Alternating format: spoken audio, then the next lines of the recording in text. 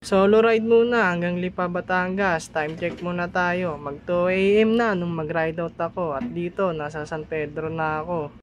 Bago mag Santa Rosa, may motor na sumalpok sa truck. Medyo kinabahan ako. Di na ako nakisyoso. Dito na sa SM Calamba. Time check muna tayo. Mag 3:30 na ng umaga. Water break lang ako saglit. Tapos sumibat na ulit. Nag-umpisa ang ahon paturbina hanggang dito sa Arco ng Santo Tomas, Batangas. May konting recover. Kaya in-enjoy ko lang. Pagdating dito sa Santo Tomas, medyo basa ang kalsada. Buti tumila na nung dumaan ako.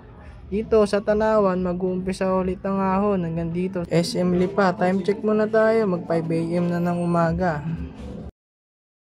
Anong bike lane?